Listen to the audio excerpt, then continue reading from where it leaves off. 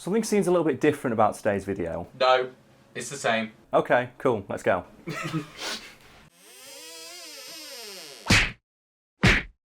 Chances are you know Michelle Rodriguez from either the Fast and the Furious movies or one of several other roles she's taken where she spends most of her time on screen kicking people in the sack and not taking shit from anybody.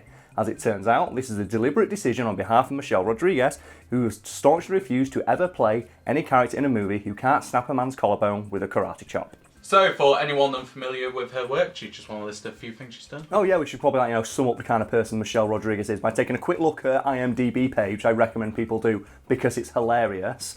For example, she has shot aliens in the face alongside Master Chief in Halo 2 as the voice of one of the Marines. She has shot zombies in the face alongside the cast of Resident Evil in the Resident Evil movies as Reno Campo.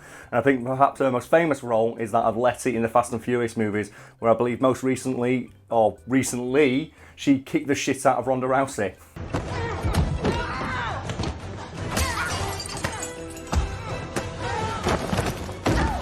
UFC Hall of Famer Ronda Rousey. Oh yeah. I was a bit sad that movie didn't launch Ronda Rousey's career as an actress, because I feel like she'd be a really good actress, but she's let down with the fact she can't act. Oh. Yeah, it's kind of a thing. Have you seen her in the Expendables 3? Where she's in Expendables 3. She just spends the entire time scowling and looking off camera.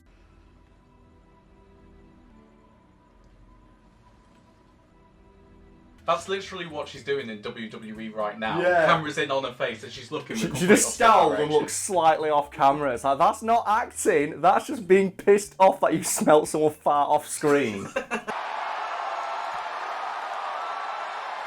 But then again, that fight scene is fucking awesome, where they're just kicking the shit out of each other at the top of a super big dick ballers penthouse apartment, man. I love that scene.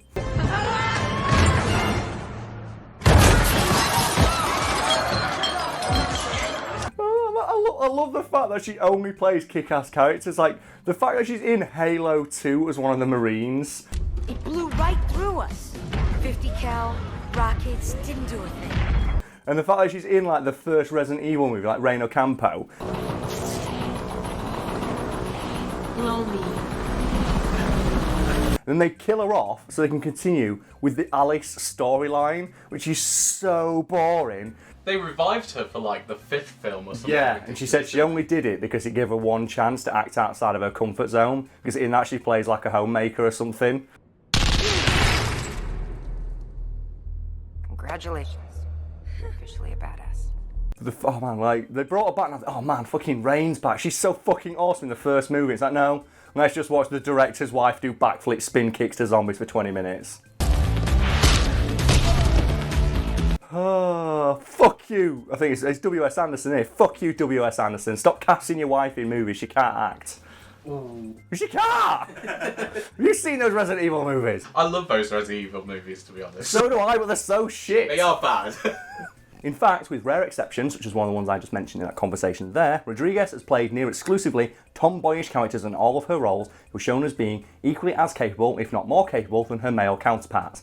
This character then usually dies because male audiences don't want to see that shit. Well, now all the people who've heard that sentence have rushed to the comments section and aren't listening anymore. We can talk about something that I find quite interesting myself. It's an observable trope in fiction that strong female characters who are shown as being equal to or more competent and capable than their male counterparts will always be killed off. And it's a trope known as the Vasquez effect, named after Jeanette Vasquez from Aliens, who, despite being the most awesome character in that entire fucking movie and the most capable space marine with the best weapon, dies halfway through the fucking movie.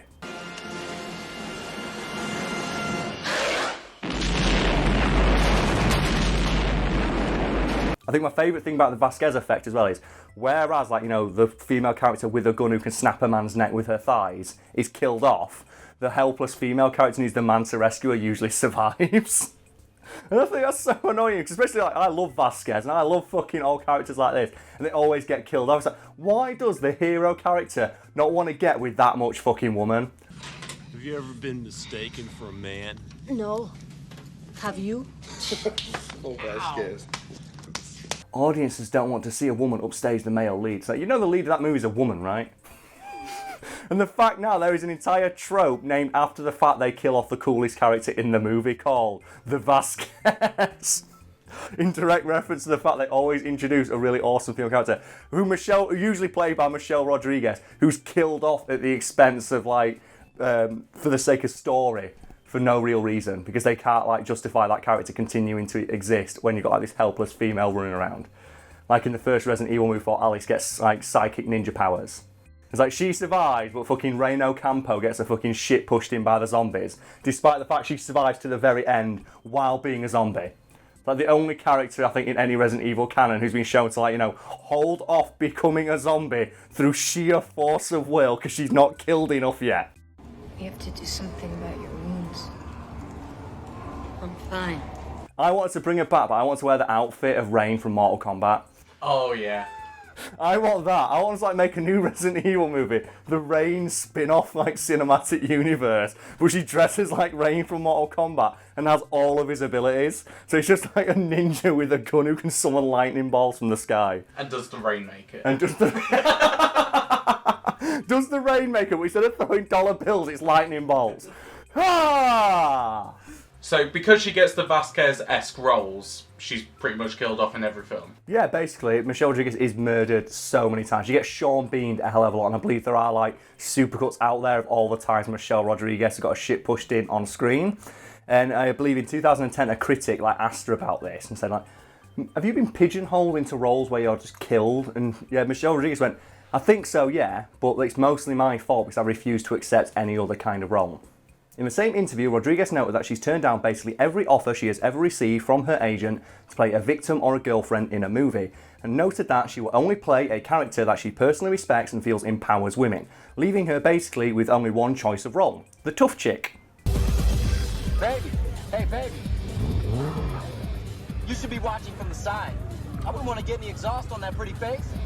Well, she is really fucking good at playing the tough chick. Now, I agree, which is probably why directors offered her more roles to play the tough chick in other movies, and then other directors saw that and went, holy shit, this Rodriguez girl, get her fucking in, put her in a white tank top, and make her just slap fools all day. Until eventually now, she's in the Fast and Furious movies, one of the best performing movie series at the box office of all time.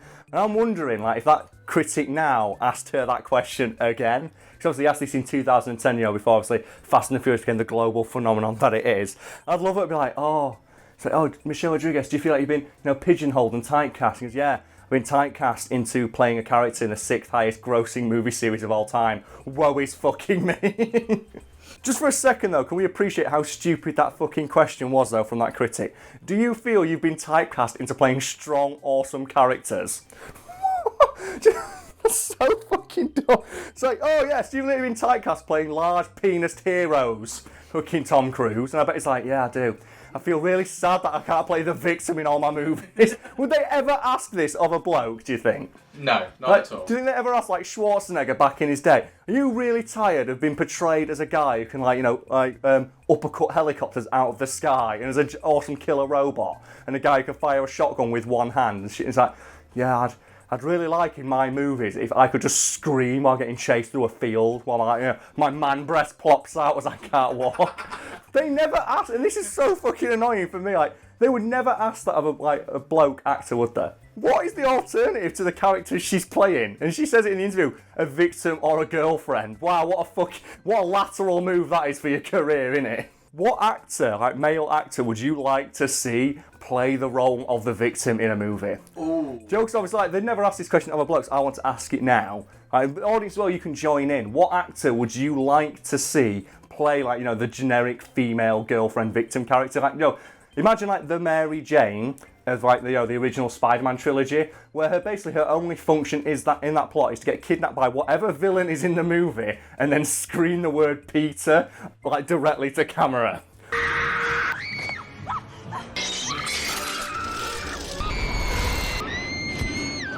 Imagine if that was James Franco in that role. How much would you have preferred that movie if instead of kidnapping Mary Jane, they kept kidnapping James Franco, and it's James Franco in a miniskirt, trapped on a web while the symbiote's after him, just going, Peter, Peter, no! What did Rodriguez actually say to this interviewer? So the interviewer, she looks him dead in the eye and says, I couldn't give two shits about being typecast in movies. Which obviously, yeah, that's fair, because obviously the movies she stars in are fucking awesome.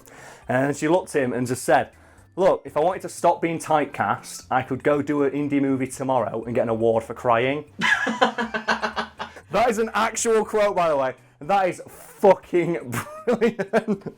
The fact, she just looked at him dead in the eye like, you know, I could stop being typecast tomorrow. All I need to do is go to an indie film and cry. And that sums up Hollywood, doesn't it? The trope of, oh man, this actress is so good. She's got such range where she can cry.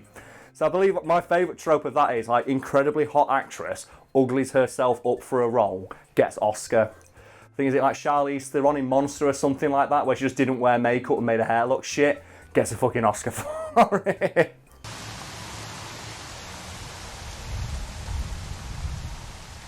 Helena Botham Carter in Fight Club, I believe she got an award nod for that, where she just I believe she got a makeup artist to put a makeup on with her left hand by playing a drug addict. It's like, oh, one of her best roles. It's so good. Fuck you. It's like, no, she's just not wearing makeup properly, and for some reason people find that amazing. It's like, wow, a woman character not wearing eyeliner. What? Like, so brave. Bravery level, so. It's like, it's fucking unbelievable.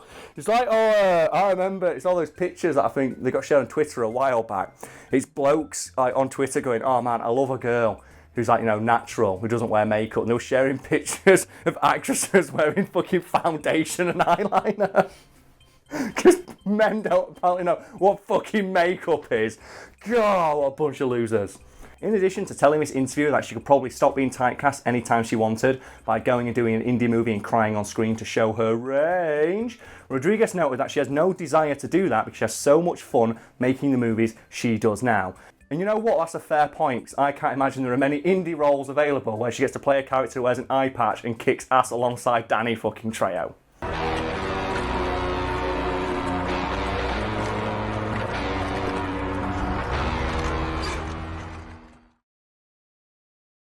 Okay, so should we break kayfabe now and talk about the multitude of differences about this video? Because I'm assuming some people might be quite annoyed we haven't mentioned any of them yet.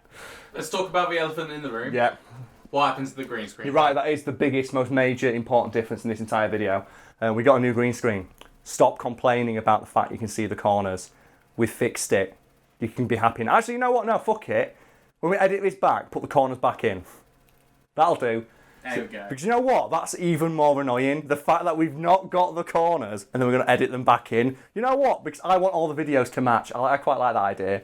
So that's the only real difference, isn't it now? Awesome. So people can go home happy. There's nothing else we need to talk about. There's a small little thing of there appears to be something on your arm, Karl. Oh yeah, there isn't there. Sorry, I got bit by a dog when I was younger. I believe it's going to show up more clearly. So we've got new lights as well. So this big flash, this big bit of white on my arm there is a dog bite. I believe I mentioned it in another video, but it's more visible now. So thanks for bringing that up, mate, 'cause people might, be worried about that. No worries. Yeah, and what about yourself? Like, how are you feeling? I'm feeling a bit different. Like, my name has changed, Yeah, my voice has changed, yeah, it's a my bit height different. has changed. Yeah, it's different, isn't it? So yeah. But we're not. Should we talk about that, or should we just because it's funnier, isn't it? But we can do. I mean, I did get at least 10 people absolutely loving me on Twitch. Yeah, we've got. This is Josh. He's a friend of mine. We're going to start doing that in videos now, every now and again. Hello. Just bringing other people in to get like a different conversation starter for our tangents and things like that. Brad is still here. He's sat behind the camera quietly seething because we keep making jokes about it, and I'm presuming he's going to cut in the final edit. The one that got me is when he mentioned that his height has changed. It's not our fault you're a short ass, man. Deal with it. Am I going to get the spooky blue subtitles again? Well, no, because they can hear you now. Ah, Yeah, sweet. they can hear those dulcet tones, baby. Don't have to worry about it. It's all good. It's all good. Oh, it's all about hashtag Team Josh. It is, man. Don't worry about it. I'll link your Instagram in the description below. It's all sorted. I cannot wait for like the plethora of comments saying this is the worst thing ever. Change it back. It's one of my favourite things online. Is when someone tries to make a minor change to something that they have sole creative control over and be like, no, fuck you! Change it back! So I remember there's this, I can't remember who it was, but there's a YouTuber that I watched for a while before he turned into a dickhead, which can describe any YouTuber. and I believe he recorded all of his videos on his phone.